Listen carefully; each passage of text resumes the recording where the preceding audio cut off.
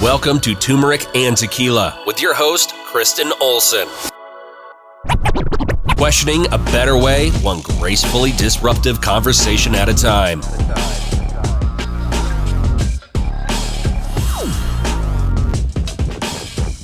Welcome to Turmeric and Tequila. I am excited today. We have a friend of a friend, which if you listen to Turmeric and Tequila, these are my most favorite connections. So I have to start the conversation with a thank you to Bill Tortorici, fitness fam, fellow CrossFitter. He's been throwing good things my way and supporting the Turmeric and Tequila show. So we got to give him some love, but we are going to talk about economic literacy today. And I'm welcoming the Ryan Harris to the Turmeric and Tequila mic. Ryan, welcome. Thank you. Thanks for having me, KO. Appreciate it. Yes, I'm super pumped. We are already talking about some Denver situation in real estate. So we're going to keep Colorado in the mix today. I want to give a little background on the Economic Literacy of Colorado organization. They are a 501c3 nonprofit out here. And we're going to break down why it's important. And Ryan is on the board of directors. So we're going to talk about his journey and how economic literacy kind of played a role in his life and why it's so important now. A lot of people, I want to say, don't necessarily know, just as a Colorado native, about this organization. And if you survived 2020 and we're in 2021 now, you know, and have probably known even prior, how important getting your financials correct how important it is, and being ready for pandemics, injury, health, family. The world is a turning and we need to have our business right. So I'm really excited about this conversation. And I've spoken in the past about disrupting in a positive way our current curriculums in high schools, middle schools, elementary schools, and getting our kiddos privy to this conversation. So it's more about prevention than it is cleaning up a problem later on. So here's the quick 411 on economic literacy of Colorado. The EconLitCo's mission is to equip students with the fundamental skills to effectively participate as responsible and productive members of our free enterprise system by educating their teachers in economics and personal finance literacy. They do this through a host of different accredited programs. They get into K through 12 schools. They actually have a program for students called the Stock Market Experience. We can go on and it's a real-time investment simulation program. So they're out there really educating the educators and, you know, trying to, like I said, disrupt the system and kind of educate before we have something that we need to fix down the road. Just some quick stats for all my number humans. They have over just about 1,400 teachers attended EconLitCo programs last year. 391 teachers attended for the first time. 116 school districts reached out of 178. Almost 9,000 instructional hours delivered. Over 72,000 students impacted. So this is, you guys are out here doing the work. Yeah, I mean, you know, money matters, right? And you talked earlier, if you survived 2020, how about if you survived adulthood, you understand that, right? If you're surviving adulthood. And, you know, even myself, you know, my parents were middle class. So my mother is an educator. My dad was a mechanical engineer. And when I made my first million in the NFL, I was dead broke after that. And just like many people, I was looking for who to blame, right? Yeah. And so I then learned about this guy, Warren Buffett, and what he talks about. So I started reading about investment in stocks and how I can own part of the companies that I actually buy all the time. And so I started with $500 in a Scottrade account, learned his name was Warren Buffett, and just started buying stocks that of companies that I used. Apple, I even bought McDonald's and Chipotle stock, right? And for Economic Literacy Colorado, I got connected with them because I've been so huge on financial literacy. I mean, even in 10 years in the NFL, 7 of those years, I would sit down my rookies and have them open up an investment account and just trade themselves, because it drastically changes how you see money the moment you invest, even if it's one share. And Absolutely. You start to realize that wealthy people don't look rich, and the things that wealthy people do are things that you can't see. I mean, the less diamonds and chains I have, the more money I have, right? So the less you see, the more I make.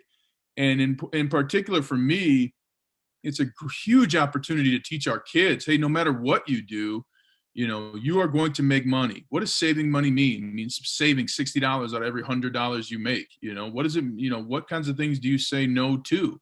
New cars are only new for a few months. New shoes are only new for a few days, right? And so to be able to talk money, with students as well as with teachers. I mean, I've spoken to the teachers as well, KO, and they say, well, how can I talk about financial literacy when I'm not wealthy? And I'm like, well, you actually do have opportunities to save. You do have opportunities to say no, to look at things differently. I told one teacher, could you get a roommate? Well, I don't want to. Well, okay, now we're talking about comfort, right? I got a young person at my radio station. He's looking to buy a house. And I said, why would you buy a house when you can buy a condo? You're 30, you're unmarried, you don't have kids. He said, well, I just really don't want to deal with a roommate or owning something. And I'm like, well, you might deal with job security later because of your comfort decisions. So right. It's a great way to reach the students and make an impact in the state of Colorado, and talk about money, because everyone's going to touch it. Doesn't matter what color, creed, orientation, or class, but what do you do with it and how can you make it work for you? So well said. And I love working with my fellow athletes because I think you understand a code of conduct and a level of expectation very early on. It's kind of less that you have to explain as you go. I didn't really get to introduce Ryan, but if you don't know, he's a Super Bowl champion, Super Bowl 50. I told him I'm a Denver native. So if you from Colorado, this is Broncos country. I know you play for a couple other teams, but we'll just keep it at the Broncos for today. And you've had some phenomenal success. You're, a keynote speaker, you've published, you're a best-selling author, and a reoccurring theme I see in some of the things you're talking about are changing the world and the mindset. At what point in life did you start to carry over your athletic skills into life skills? And when did that become about economic literacy? Man, that's a great question. Towards the end of my career, I knew I wanted to do something to make an impact. I realized that I have a way through being multiracial, through living in multiple states across this country, that I have a way to really talk about the values we all share, separate from the issues and beliefs we all have, right? And so for me, it was a matter of, I lived in a world in the NFL and in college where, it doesn't matter. Peyton Manning never cared what religion I was. Not only did he, not care on 3rd and 12, he didn't care when he invited me to his Hall of Fame celebration, right? And so those kinds of things, I lived in a world where we really don't care about race. We really don't care about, what someone's orientation is or how they see the world or or what language they pray in. And I want to continue to build that bridge and open up people's eyes to the possibilities outside of sports. And so speaking is a great way to do that. And, with my book, I talk about, all the failures that I had, but how I worked out of it. There are 1,600 NFL players this year. 53 will call themselves champions. How is that?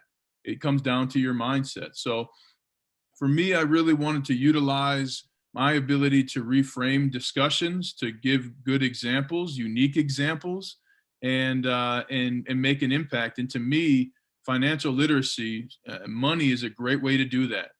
Communities with more money are safer, they're higher educated, they have more community involvement, and that can happen anywhere. It doesn't have to happen just in the suburbs or an enclave of a city. That can happen everywhere. And when you have control of your behavior around money and you have knowledge about money, you are empowered in a way that control over mathematics or control over social studies doesn't really do the same thing. And so I found Economic Literacy Colorado to be in line with one of the ways I want to make an impact in the community I live in. And that's where our relationship began. I love that. On Turmeric and Tequila, we talk a lot about equality and diversity in many different facets. And I love that you pointed out how sports were such a common ground. It can, it's such an equal space when you're showing up for the job. You really don't care about all the other details of your personal. We're showing up to work towards a common goal. And it's an equal space. And I've really tried to utilize my creatives, whether it's art, music, whatever, as that common ground to kind of then establish a connection and then get into heavier conversation around, economic literacy or nutrition. And usually the base layer, unfortunately, I will say, is about money. You see our underserved communities, and that impacts their voice in the community politically, impacts your nutrition, your access to food, your access to phenomenal sporting programs. I mean, it kind of just impacts everything. So I couldn't agree with you more when you say getting to the heart of economic literacy is so critical, because it kind of impacts everything. As Lauryn Hill says, if you can get the money, you can get the power. It's really, I think it is that simple. And it really starts young. What's like the youngest group of individuals you have worked with thus far? My children. I got 3 kids, 7, 6, and 2. And, one of the first lessons I got in money was from my parents. I got a lot of them. But one day I'm at the grocery store with my dad, and he's, he's putting, the food on, and I put a Snicker bar on there, and he picks it up. He goes, "What's this?" I was like, "Well, I want a Snicker bar." He goes, "Do you have Snicker bar money?" I said, "No, but you do." He puts it back and he grabs a Milky Way. I said, "What are you doing?" "I wanted a Snickers." He said, "Well, I got Milky Way money."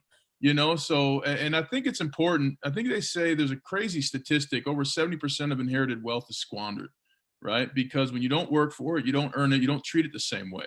So I want to make sure that my kids create their own value, are empowered by themselves and the choices they make. And when it comes to money, I mean, think about it. When you save $50, you don't feel bad, right? When was the last time you felt bad when you saved money, whether it was not going out or splitting the bill? I mean, we feel good when we make these decisions, and you can create these small wins that lead to a huge impact. So I start with my kids who are young, but, the youngest I've talked to are high schoolers, just because they're kind of in that stage of, working with money and things like that. I talk to a ton of athletes. A lot of my former teammates still reach out to me or refer me to people just to talk about money, because I'm not a financial advisor, but I am somebody who makes and touches money. And in that way, a lot of us are alike, and we can hear the different experiences and different ways in which people approach it. Absolutely. I actually did the Young Ameritown. It's like a little thing at the bakery. They have, as kiddos, you go and you do this like simulated economy system. Yeah. We learned how to write a check back in the day, not to fully date myself. So I'm sure there's updated curriculum there.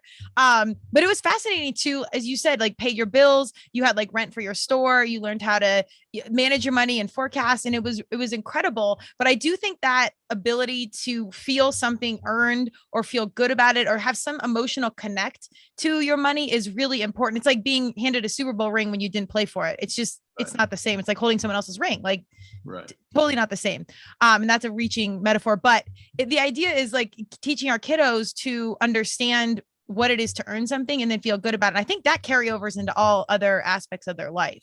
Well, and cost, right? Cost versus price is something I talk a lot. When you look at things now, don't look at the price of an item, look at the cost of something, right? The new iPhone is probably around $1,100. That's the price. But the cost of that iPhone, right? The cost of that iPhone is your living expenses, your food, your entertainment, your transportation. Well, if you have, $2,500 in bills from food and eating and cable, well, that's a $3,500 phone you're actually buying. That's the cost of that phone. And so when you can, even with, whether it's with your kids or whether it's with others or even your own life, what's the cost of your life? What monthly do you have to give? And then whatever you want to buy, start putting that number on top of your cost of living. You want those new shoes? Great. Now, those new shoes, are they $50? Or if with the $2,500 a month, are they $2,550? And that's a better way to look at what your actual money value is and whether you actually need something or not. So often we buy things that we were living perfectly happy without. And oh, by the way, we haven't found that thing that we can buy to make us, happy on the inside and outside yet. So it's just understanding the game that's being played. And when it comes to money, you got to know the cost versus the price of items. And that's where you can really make a difference in your individual life. Very well said. I couldn't agree more, and actually started this podcast because I come from marketing and branding and I saw the lifestyle that was being sold. And I work with a lot: fitness, wellness, human optimization, supplements. I mean, it's a whole other podcast, but you can see the gray area and things. But really the way this lifestyle is projected to our young humans that are consuming their reality off their phones all the time needs to be disrupted, and people that are questioning a better way need to be highlighted. And I think that's so important that you just said, you got to understand the system that's around you that's telling you need these things, or it's providing some sort of false security, because it's not true. And it's making you broke. Yeah. It's a big awareness. Well, so I saw that you were a double major at Notre Dame, and one of those majors was economics. And then you just pointed out you made your first million, and it sounds like you lost it, or it went away. Coming off your, a fabulous degree and a phenomenal university, what sort of literacy did you have to gain around economics post the degree, losing the million, and then having to come to of like, okay, now how do I restructure this? Yeah, I mean, one of the things that they teach you in economics doesn't help you with the behaviors, right? How do you handle, right after I got drafted, hadn't signed a contract or anything, my uncle, who I loved, still to this day, sent me an email, which I didn't even know he had an email. and said, hey, we should buy this $2.4 million property and project and tear down some condos, fix the foundation, and build new condos. I'm like, dude, that's my entire first contract. And you've never done that before. You don't know what you're doing, you know? A degree in economics doesn't teach you what to do when family steals money from you. Doesn't teach you what to do when people feel like they're owed money. You know, I lost a lot of friends because of money. And one of them was because he was an older guy, about 10 years older than me. And we would play video games and stuff and hang out as a group of Muslims. And he said, hey, man, I need some help. I need about $10,000 for my divorce and bankruptcy. And I'm like, one, your divorce is not my responsibility. Two, your bankruptcy doesn't tell me that you actually will use these dollars for what they're worth. And three, I'm not responsible at 22 for your mistakes at 32, right? So the behavioral aspect of money is something we're not taught, right? And in that way, we just accept. And a lot of times in life, it's easier to take someone else's explanation as a belief than it is to create your own, right? So to me, I learned economics from a big point of view in college, you know, the economics of poverty, how many people are actually impoverished in our country and what that looks like. You know, talk about the economics of the drug war. That doesn't tell you about, hey, you've got a check for $15,000. Now what do you do, right? Like you've got cash, you know, and how do you spend it? How do you prolong it? What's the time frame? So a lot of the individual money behaviors that we all share is something that's not covered in any university or any high school in this nation, and something that we can change. Absolutely. What do you think? It sounds, I mean, the program EconLit, I'm going to get this by the end of the right, EconLit of Colorado. Yeah. One day. There's not even tequila involved yet. Maybe that's the problem. We got off the game here, but you know, they're getting in, it's K through 12. So younger situations. And again, it's really about prevention. I love that. But have a lot of people come to you after they've sort of had the breakdown and then they've had this awakening? So they kind of had to like do the breakthrough to be like, okay, we've got to get literate in economics. Like 100%.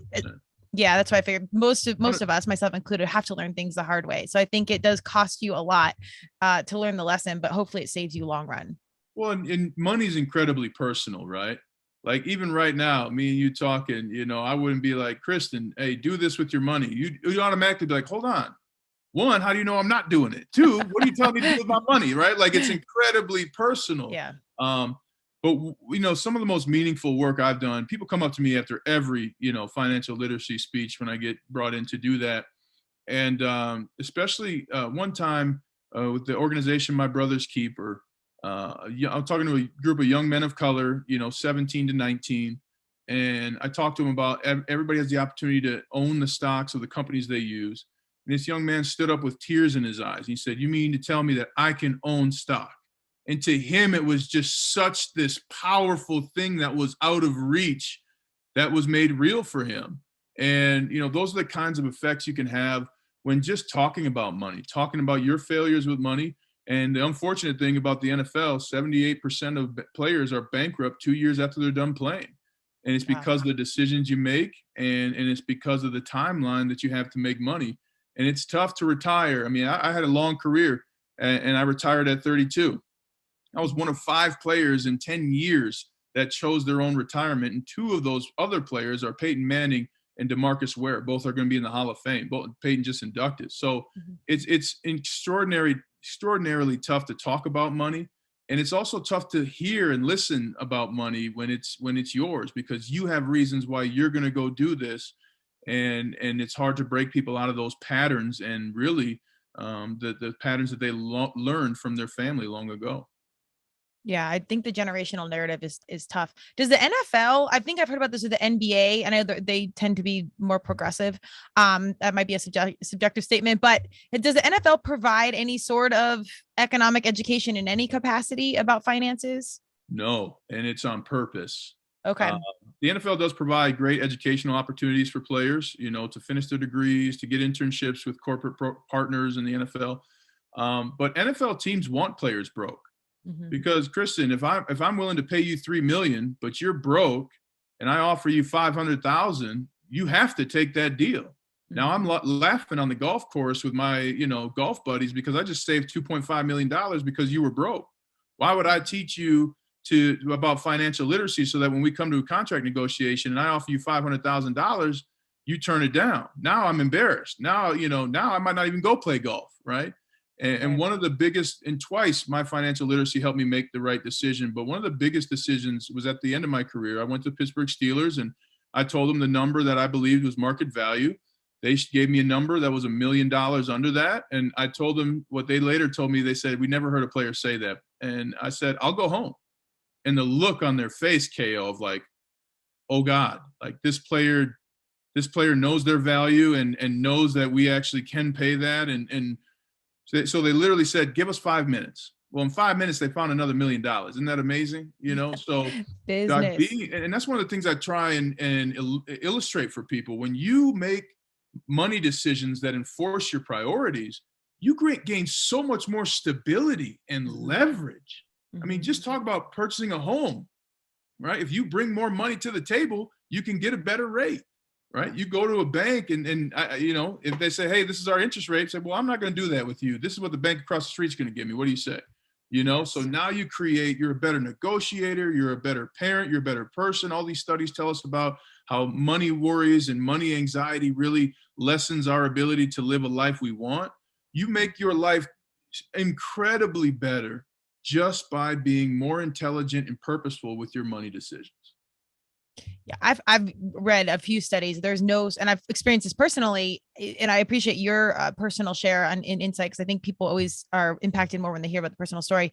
But where we just didn't learn about anything with Young Ameritown, probably learned how to write too many checks, but I also, started 2 businesses on my own and not really knowing what I was doing, but had to learn the hard way. So having any sort of this conversation earlier on would have been amazing for the money, but also for the financial stress. Cause I don't think there's a stress, like you need your health and your wellness, but money stress is a different level. When you're wondering how you're going to put gas in your car, pay your bills, especially if you've got kiddos and, a lot of overhead, that is a different level of stress. And that can impact your health, your marriage, your life. Like it's really it's a bigger conversation that impacts so many things. So this sort of knowledge and this sort of education is so critical. To really embrace and take on. Have you guys, after you visited schools or, implemented some of your programs, have kiddos or teachers come back to you and said, this really changed my life personally. I got out of debt, or I paid off my house, or any success stories? Yeah, hundreds.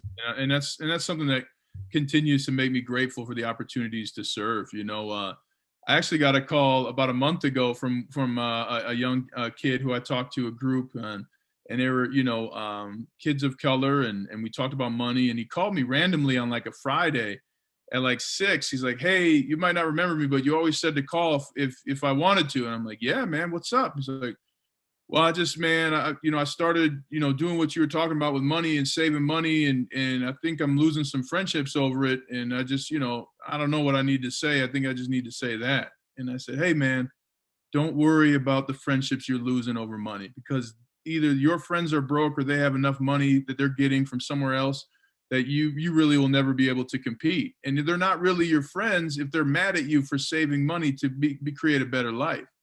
And he said, hey, thanks a lot, man. And we talked a little bit, and he said, thanks a lot.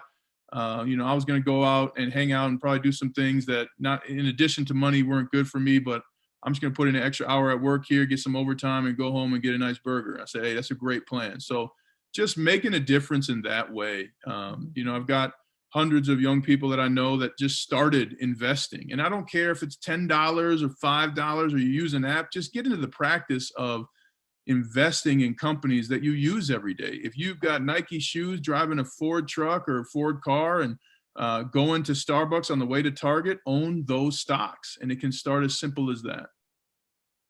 I love that. And there is such like that macro view of understanding the system and being part of it. So you really learn it. You can't really be mad at the NFL for running the business. Is it morally corrupt from my perspective? I think so, but I'm also in business, and I see it all the time in, different arenas, financial bankers. And it's kind of just the way it's the rules of the game, fortunately or unfortunately. Perhaps that'll evolve over time, but you really need to be educated and aware of the system, because that sort of mentality carries over everywhere, and you got to protect what you have going on. And the conversation on money and family and friends, I think, is always difficult. Do you have, like, outside of just, getting your priorities straight and being clear, is there any piece of advice you have, like, for that initial conversation of like, I can no longer be around you, or what's like a good breakup conversation when it comes to family or friends and money? I think you just be honest, right? You say, hey, listen, we're kind of going on different paths. I'm not feeling supported by in the decisions I'm making. That may be something that you didn't think about, or that may be something that you can't provide, but I got to start making time for myself and surrounding myself with people who support my values. You can blame it on somebody else, right? Yeah. Hey, my parents are really upset at how I'm spending money, so I just got to kind of change the way I do things. And you can also just leave it open like that. Hey, just let KO, I know we've been hanging out and hitting the bars, or hanging out and going to sporting events and concerts, but I got some goals that I want to accomplish. So life's going to look a little different for me. I'm not going to be doing as much out, and I look forward to your support or understanding, right? Because now if they don't support you, KO, you keep going to those sporting events, you already know I'm not going to do that. So you stop calling me and things like that. And, that just goes back to life, though. We act like, for some reason we believe we need every friend we've ever made. And the truth is we don't. And when we won the Super Bowl, I heard that song, We Are the Champions, 100 times, right? For the first time, it seemed like. And one of my favorite lines in that is, no time for losers, for we are the champions. And whether you're on your way to win the Super Bowl in the NFL, I had over 200 ticket requests. No, that's a distraction, right? Mm-hmm. If you're on your way to doing something in life, you don't have time for losers. And losers aren't people who need our help. We're not talking about charity and impact projects. We're talking about people who don't celebrate your wins.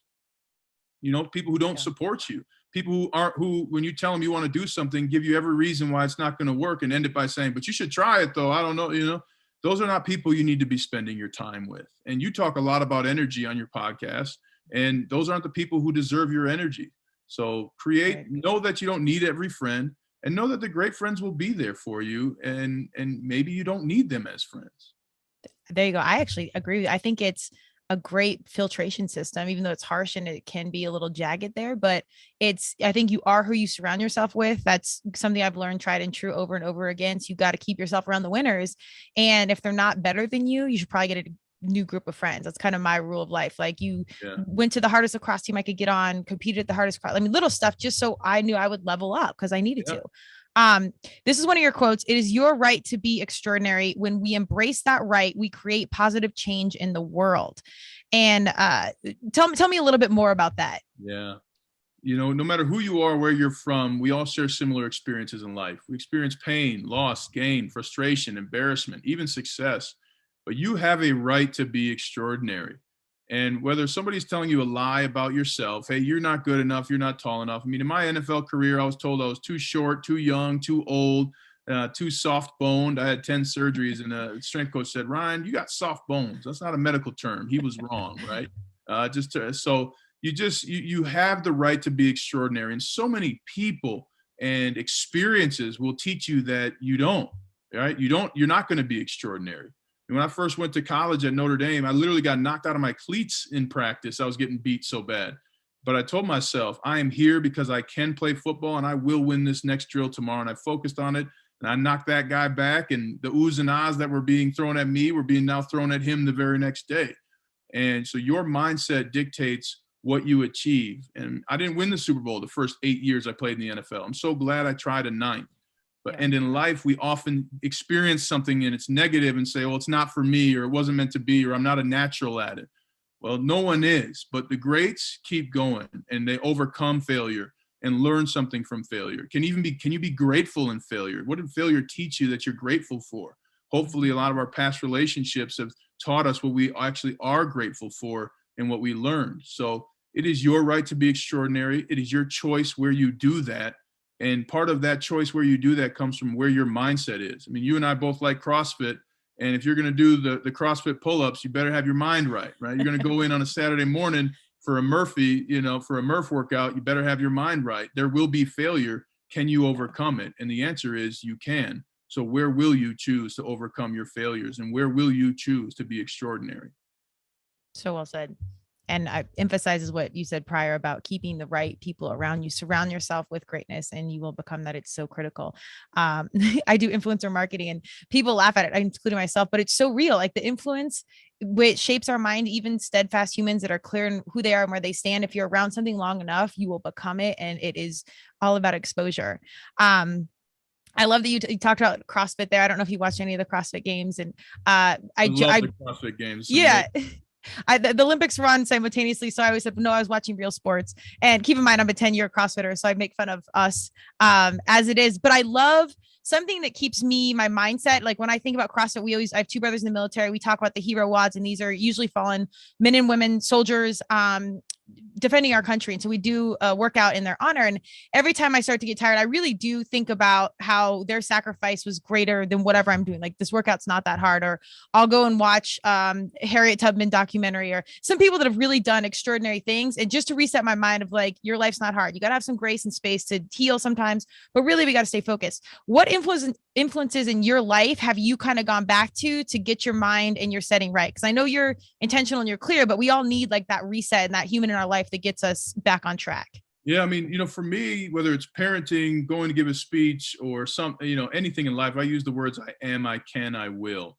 I am is the identity statement. I can is the opportunity. I will is the action, right? So I am terrified the night before the Super Bowl that my greatest achievement will be my greatest failure. I can go out there and put my pads on and I can kick somebody's ass, and I will. I am terrified, but I'm also prepared. I am ready. So just having a process really helps me whatever situation I go through, right?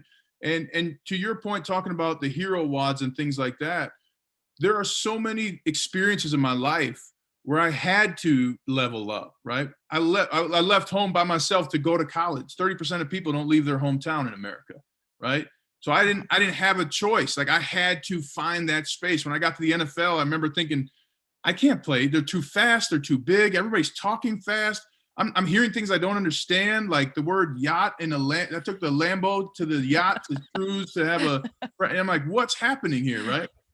Not economically literate right there. Right. No, well, it depends. Yeah, no, You're right. But it depends on how much billions you got, right? But it's, I think often we look for someone else to tell us we're extraordinary without really working to do it. And if you haven't felt like you're extraordinary in what you're doing, you've been too comfortable. You haven't tried things. I mean, you've seen KO when people go to CrossFit, they may not be able to do a single box jump. Well, you keep coming up, all of a sudden now you can do 100 box jumps and 100 double unders, right? So yes.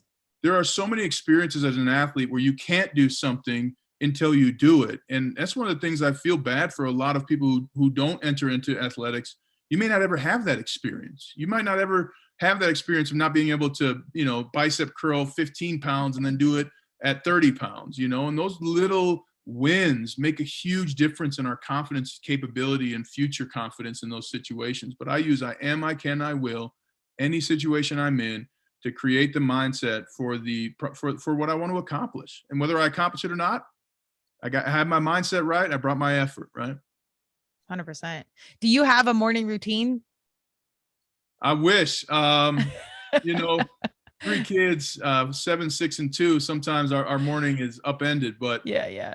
I do like to take some time away from the phone. I like to not turn on my phone and even look at it. So even if the alarm goes off, I'll kind of mute it. And I just try to enter my day without responding to people, right? Because then our brain is in that response mode. So I love to take a little meditation in the morning, even if it's 5 breaths, but I try and get 5 minutes. I eat a plant-based protein shake with some fiber in it. Get your Metamucil in, with MCT oil. And I go out about it every day as an opportunity.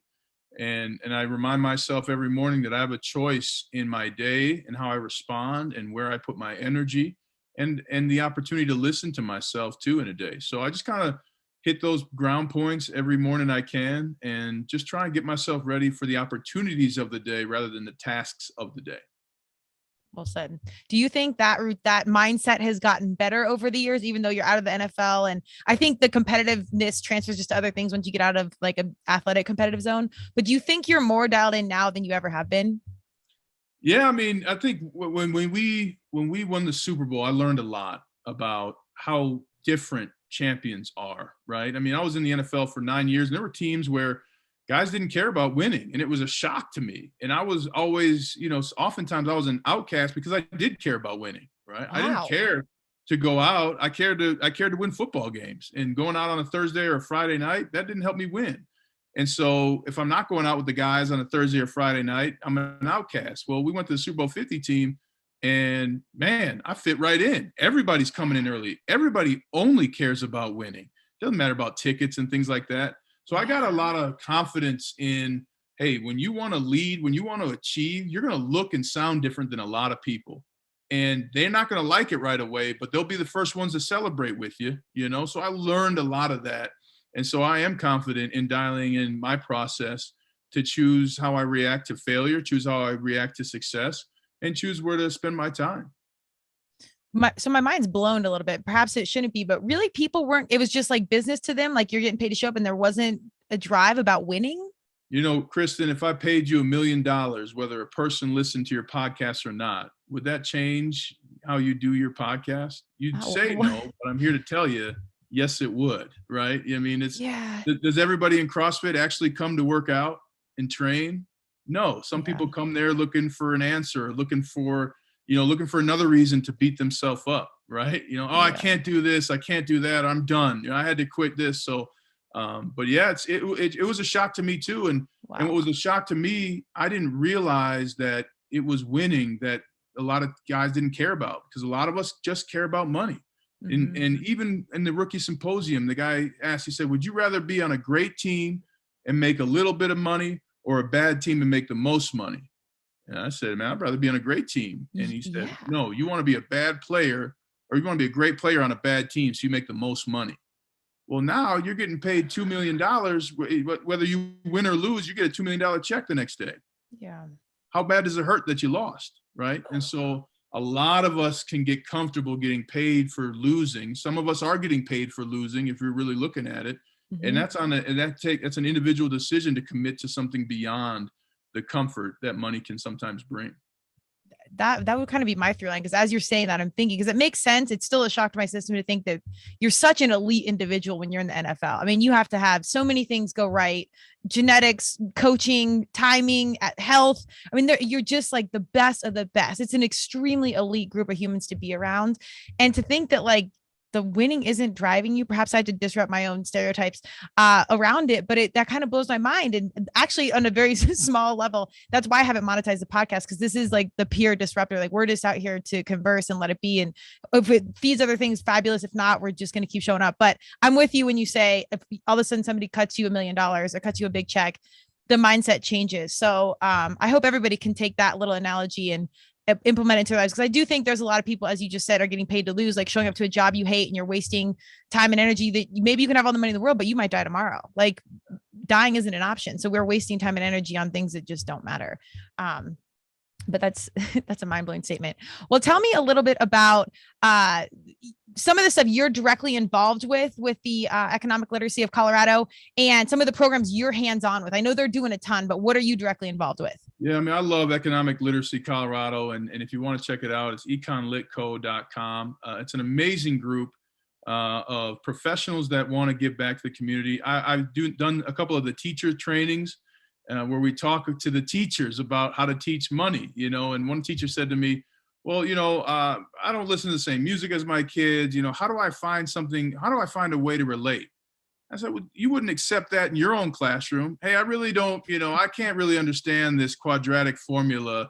How do I relate to it if it doesn't make sense to me? You wouldn't accept that. So I said, just Google, great examples of financial literacy. There are hip hop songs that talk about financial literacy. And I gave them a little hip hop song at the time that was real famous, and they were bobbing their heads to it. I'm like, but did you realize in this song, he says this lyric? Boom. Now you could start a class like that. And especially with youth and people, when you talk about money, talk about first that final outcome. I start my speeches with people. I say, who wants to be a millionaire? Raise your hand. Everybody raises their hand. Who owns stock? Raise your hand. Like a quarter of the people will raise your hand. Some people are lying. You really don't want to be a millionaire, right? Because if you did, you would invest, you would save, You would have a roommate. You would sell the things in your closet. You know, how many cars can you drive at the same time? One. How many bikes can you ride at the same time? One. I mean, these are things that if you really did want to be a millionaire, you wouldn't be doing these things. So I love to talk to the teachers, because in that way, then they go out around Colorado through Economic Literacy Colorado, and they do the stock market exchange, and I've done their award programs, and it's so cool to award kids from, sixth grade, third grade, fourth grade, high school. You know, we reward kids who had great portfolio production during this time, right? I mean, think about it. You're 12 and you're or 14 and you're in high school, and you join the stock market experience and you decide to buy GameStop stock. Right? Some of the winners this year bought GameStop stock and sold it at the right time. What a valuable lesson, you know? And again, the empowerment. You get kids in high school that then later know, not even about believe, they know that their choices with money makes a difference in their life and what they want to achieve. Man, that's a talented kid on their way up, making different decisions than those in their peer group. Yes. Yeah. I'm here for our young people. I'm excited. I know millennials get a tough rap, and whatever the generation below that is, as far as like digital technology, everything's instantaneous, but I really do have faith that our young people are in the midst of all that information. They are sourcing the good. I know there's some bad in there, but they're finding a way, they're questioning a better way. They're doing it better than their parents did, and they're dialing it in. So I'm super glad we've got people like you and Bill, and it sounds like other winners in this world on the board of directors for the team and for the humans all involved. And teaching, Bill talked about this, educating the educators, the ripple effect there, where you guys can get that key community influencer and then they can spread the gospel. That's huge. Yeah. I mean, because it teaches you what questions their kids might have, right? I got an email from a teacher that said, I'm so glad you spoke to us, because the question I had, I put in our lesson plan. You know, they were talking about investing, and she said, I said to my students, you might be thinking, well, how do I start investing? And this is what I thought. And so now right away, they got a connection point, right? Like, I was right there with you in learning how to do this. And here's what I did.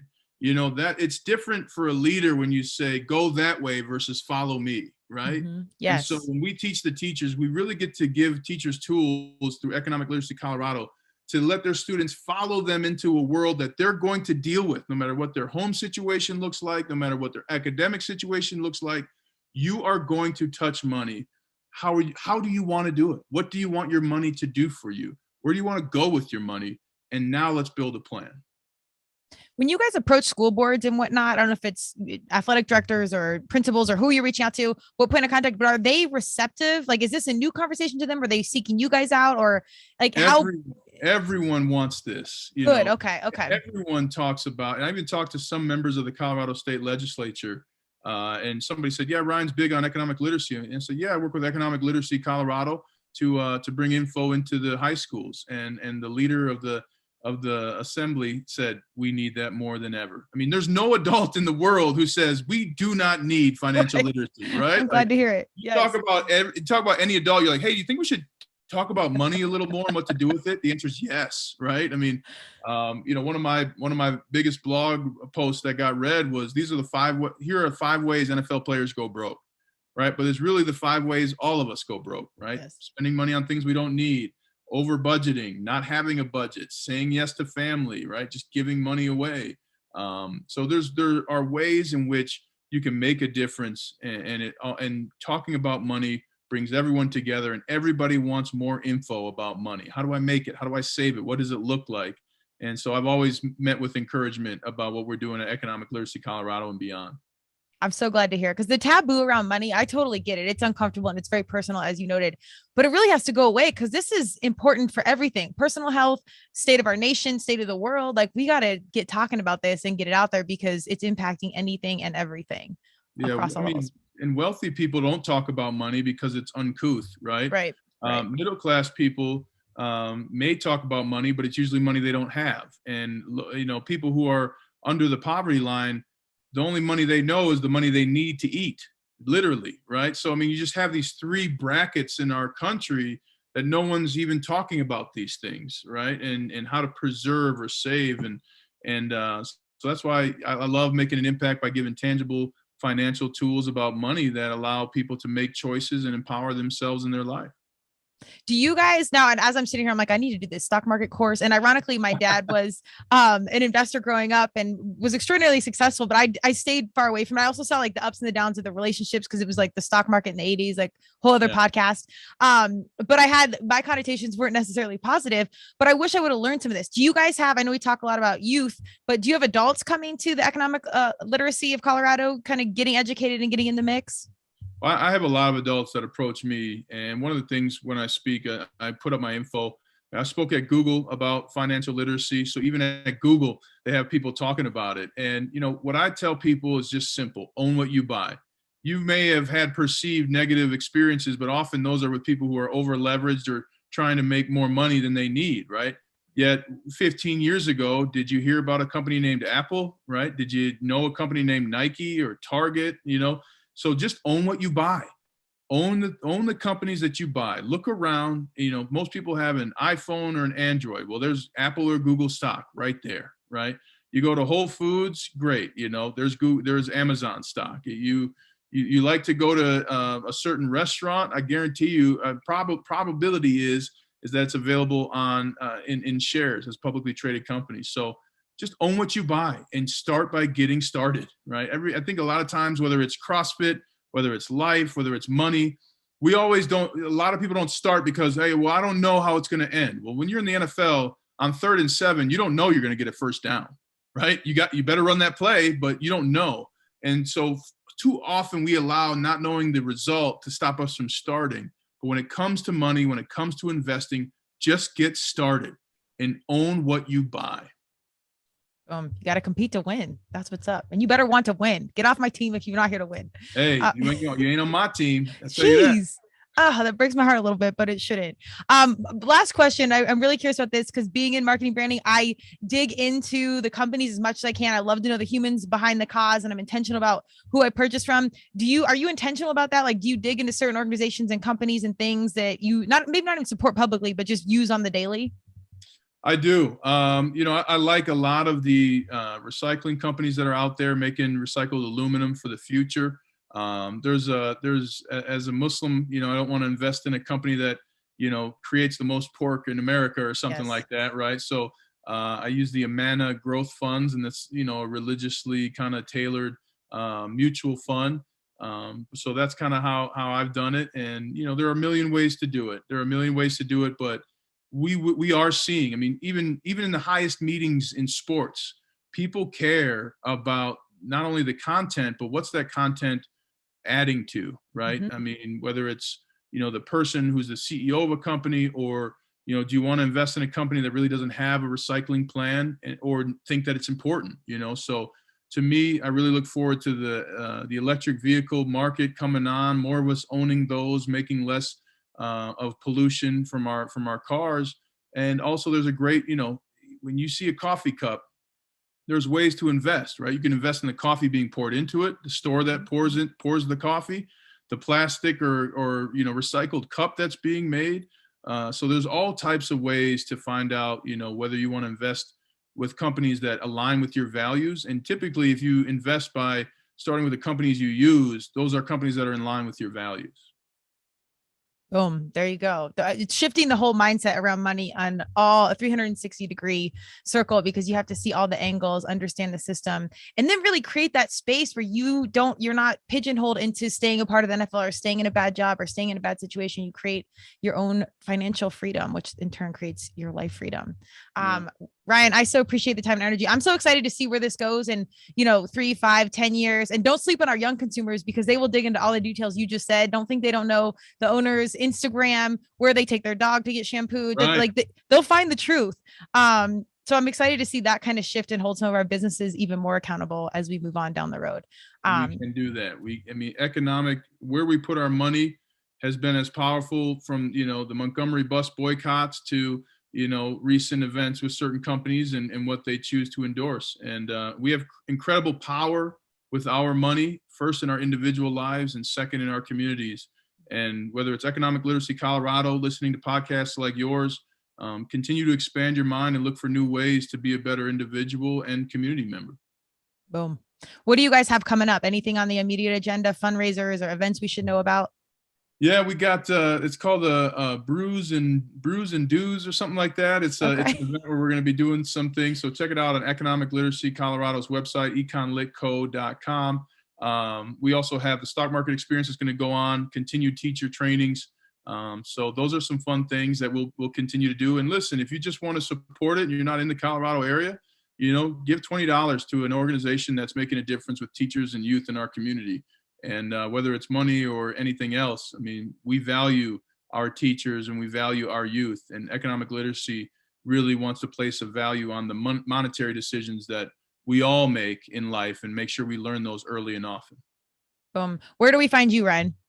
Check me out, RyanHarris68.com, or I'm on Instagram at RyanHarris_68, at Twitter, Salams_from_68, and I'm on LinkedIn as well. I'm a resource for anyone listening. Reach out anytime. I love it. Be sure to check out his book, Mindset for Mastery. I really do think the mindset is such an early step one to approach so many of these things. But special shout out to Bill and Economic Literacy of Colorado. I absolutely love what you guys have doing. And like I said, I can't wait to see how you continue to move the ship forward and all the great things that are in motion. Thank you. Thank you very much. Thank you to Bill, and good luck at your next CrossFit workout. Go get it. Thank you. You as well. Which gym do you go to? I have to ask. There's a CrossFit, Bighorn CrossFit up here that I go to. Ever since the COVID broke down, I've been doing as much, but I've been doing a lot of the CrossFit YouTubes back. So doing it just at home. And then I'm a big Peloton guy. So Django_68, come get these quads, let's go. You're checking all the boxes. I know CrossFit makes fun of Peloton. Peloton makes fun of CrossFit sports. I mean, you're in all the communities. So this is good. Yeah. Be active. Hey, don't forget yoga. I've been doing yoga for 16 years. And at first in the NFL, they were like, you do what? What is yoga? And I'm like, no, it's yoga. Like, yeah, I'm not doing that. So, hey, do what makes you great. Forget everybody else. You and Warren Buffett. Yeah, Warren Buffett, man. You'll find out later it's Warren Buffett, but maybe it was because of a lineman that I saw Warren Buffett. Looked like Buffett. I'm with it. You rebrand it however you want. But I appreciate the time and energy. Let's definitely connect again soon. Hopefully I'll see you and Bill in person at some point, and we'll be at a fundraiser making some positive moves. Thanks, Kristen. Thanks, Ryan. Absolutely.